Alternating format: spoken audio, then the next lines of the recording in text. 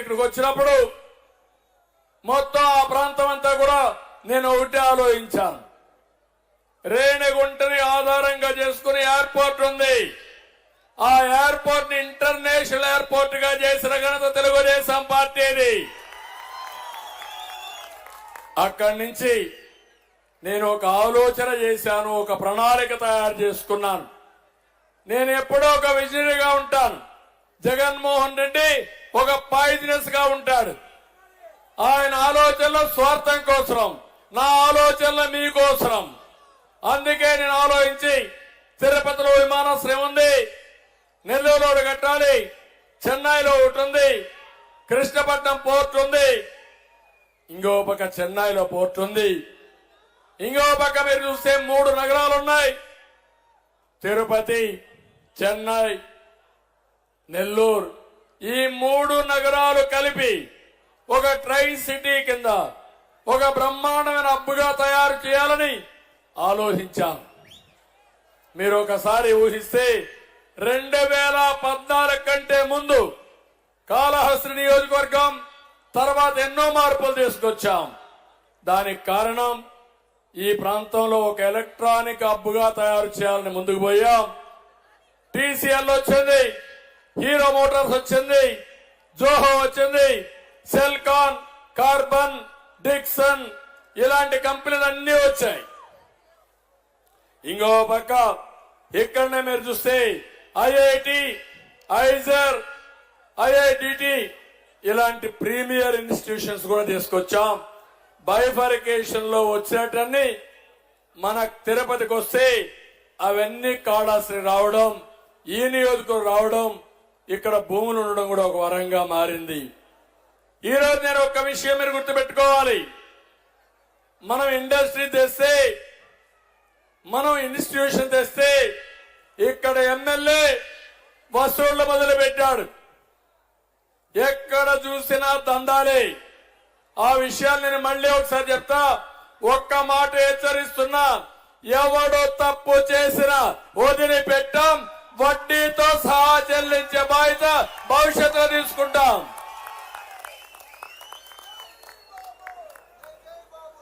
ఈరోజు ప్రభుత్వ పాలన ఎట్లుందంటే తిరుపతిని కేంద్రంగా చేసుకుని కాళహస్తి, తిరుపతి, కాణిపాకం ఈ 3 దేవాలయాల్ని ఒక టెంపుల్ టూరిజం హబ్ గా తయారు చేయాలని ముందుకు పోయాం. అనేక కార్యక్రమాలు తీసుకున్నాం. ఈ తిరుమల తిరుపతి దేవస్థానం అనేక కాలేజీలు పెట్టింది. అదే మరి గోపాలకృష్ణారెడ్డి గారు ఉన్నప్పుడు మొట్టమొదటిసారిగా ఒక ఇంజనీరింగ్ కాలేజీ మన SKIT Sri Kalahasti institute of technology మనం పెట్టాం. కనీసం మీరు ఒకసారి ఆలోచించండి. ఆ కాలేజీకి డబ్బులు వచ్చేది ఎవరైతే చదువుకుంటారో వాళ్ళు కడతారు, చాలకపోతే కొంత గ్రాంట్ మన బోర్డు ఇస్తుంది, ఏ దేవస్థానం ఇచ్చే పరిస్థితి వస్తుంది. దాన్ని మానేసే పరిస్థితికి వచ్చారు. ఇంకో పక్క మీరు ఒకసారి చూస్తే నేను ముఖ్యమంత్రిగా ఉన్నప్పుడు ఎర్ర చందనం పైన ఉక్కు పాదం మోపాం. ఈ రోజు నాకే అర్థం కావడంలా, ఎర్ర చందనం స్మగ్లింగ్ చేసేవాడిని చిత్తూరు ఎమ్మెల్యేగా పెట్టారు. అంటే ఈ రాష్ట్రాన్ని ఒక స్మగ్లర్స్ డెన్ గా తయారు చేయడానికి వెంకటేశ్వర స్వామి టెంపుల్ కూడా అపవిత్రం చేయడానికి ముందుకు పోయే పరిస్థితికి వచ్చారు. ఎక్కడికి పోతున్నా నాకైతే అర్థం కావడం లేదు. అందుకే నేను ఒకే ఒక మాట మిమ్మల్ని అందరినీ కోరుతున్నా, 44 రోజులు మాత్రం ఉంది. మన బ్రాండ్ సెల్కాన్ తేవడం, కియా మోటార్స్ తేవడం అయితే జగన్మోహన్ రెడ్డి బ్రాండ్ చూస్తే boom boom, president, Andhra gold medal అనేక బ్రాండ్లు. ఏదమ్మా స్పెషల్ స్టేటస్, ప్రెసిడెంట్, ఎంత గొప్ప నాయకుడు తమ్ముళ్ళు అని మిమ్మల్ని అడుగుతున్నా. నిన్న మొన్న మాట్లాడుతున్నాను నన్ను గురించి నువ్వేం చేశావని. నేను అదే చెప్పా, జగన్మోహన్ రెడ్డి నువ్వు గోళీలు ఆడుకునేటప్పుడు లేకుంటే నువ్వు పుట్టక మునిపే నేను సీఎం అయ్యా. మీ నాన్న కంటే ముందు నేను సీఎం అయ్యా. అప్పుడే నేను ఒక విజన్ ఇచ్చా హైదరాబాద్కి, తెలుగు జాతికి. ఈ రోజు మీరు చూస్తే హైదరాబాద్ భారతదేశంలోనే నెంబర్ 1 సిటీగా ఉందంటే అది నేను ఇచ్చిన విజనే, నేను చేసిన పనులే. అది మర్చిపోయి ఇష్ట ప్రకారం మాట్లాడుతున్నారు. అందుకే ఒక్క విషయం మీరు గుర్తుపెట్టుకోవాలి. ఆయన మాట్లాడుతూ నన్ను ఏం చేశావు, నా మార్కే లేదంటున్నాడు. నేను చెప్తున్నా, మన హయాంలో 200 రూపాయల కరెంటు బిల్లు ఇప్పుడు ఎంతైంది తమ్ముళ్ళు? మిమ్మల్ని అడుగుతున్నా,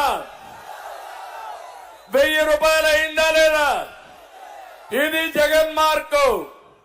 5 ఏళ్లు కరెంటు ఛార్జీలు పెంచకుండా కోతలు లేని కరెంట్ ఇచ్చిన పార్టీ తెలుగుదేశం పార్టీ. అది నా బ్రాండ్. 60 రూపాయల మద్యం ఆ రోజు, దాన్ని ఎంత చేశారు తమ్ముడు? 200 రూపాయలు. తమిళనాడులో దొరికే బ్రాండ్ ఇక్కడ దొరుకుతా ఉందా? కర్ణాటకలో ఉండే బ్రాండ్స్ ఇక్కడ ఉన్నాయా? అన్ని జే బ్రాండ్లు అవునా కాదా?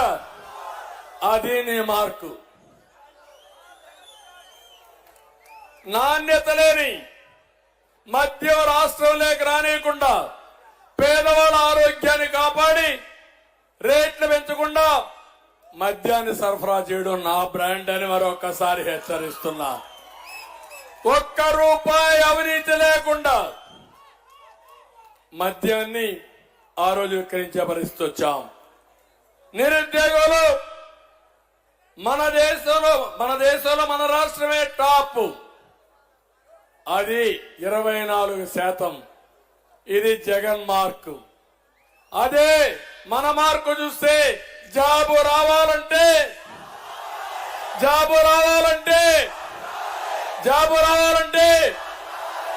అది నా మార్కు.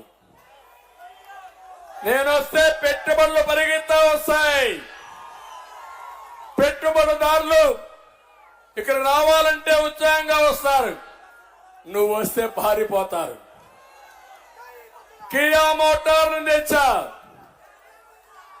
అనేక పరిశ్రమలు తీసుకొచ్చా.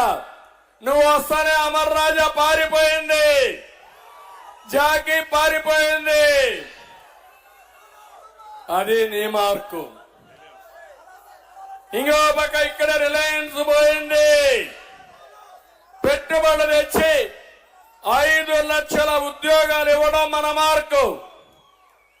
11 డిఎస్సీలు తమ్ముళ్ళు, 1 కాదు 2 కాదు. ఏం మాట్లాడాడు ఈరోజు? నిన్న కూడా మెగా డిఎస్సీ చెప్పాడా లేదా? మీకు ఇచ్చాడా మెగా డిఎస్సీ? జాబ్ క్యాలెండర్ ఉన్నాడా లేదా? ఇచ్చాడా జాబ్ క్యాలెండర్? నేను సవాలు విసురుతున్నా. 14 సంవత్సరాల ముఖ్యమంత్రిగా 8 సార్లు డిఎస్సీ పెట్టిన ఘనత తెలుగుదేశం పార్టీ.